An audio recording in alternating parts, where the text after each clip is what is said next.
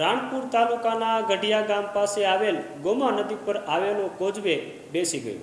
બોટાદ જિલ્લાના રાણપુર તાલુકાના ગઢિયા ગામ અને આલમપુર ગામને જોડતા મુખ્ય માર્ગ પરનો કોઝવે વહેલી સવારે બેસી જતા આસપાસના 10 ગામના લોકોને ભારે હાલાકીનો સામનો કરવો પડી રહ્યો છે।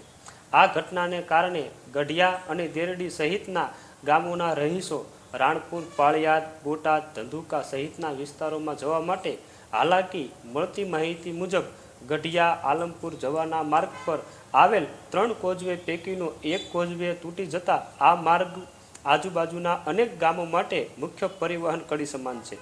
કોઝવે બેસી જતા મોટા વાહનો તો ઠીક, પરંતુ બસ, ટ્રેક્ટર, 108 જેવી એમ્બ્યુલન્સ સેવાઓ પણ હાલાકીનો સામનો કરવો પડે તેમ છે।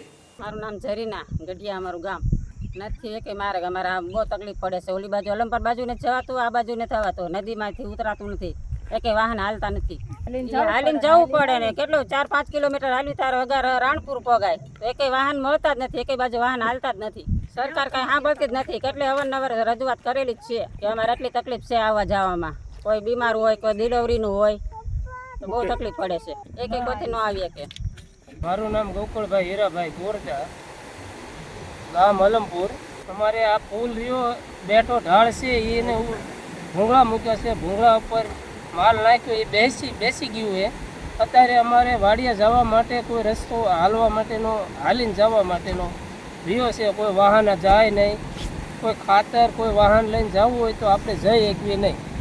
ગામ ગઢિયા, સાજણભાઈ, ગગજીભાઈ, અમારા 2 રસ્તા છે રાણપુર જવા માટે, એક ભાદર હોરો છે, એક અહીંયા ગોમા હોરો છે। અહીંયા નાળું તૂટી ગયું છે, ઓલી ભાદરામાં પાણી આવતા પાણીમાં અહીંયા બધું અહીંયા હાલે ઉર્યું નથી, તો અમારે એક રસ્તે જાય એવું છે જ નહીં।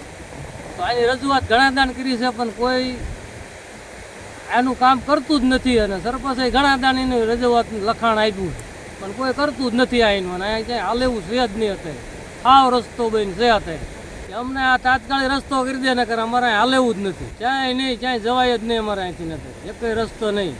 ડિલિવરી આવી હોય તો અત્યારે માણસ મરી જાય, પણ અહીંયા જવાય એવું ક્યાંય નહીં।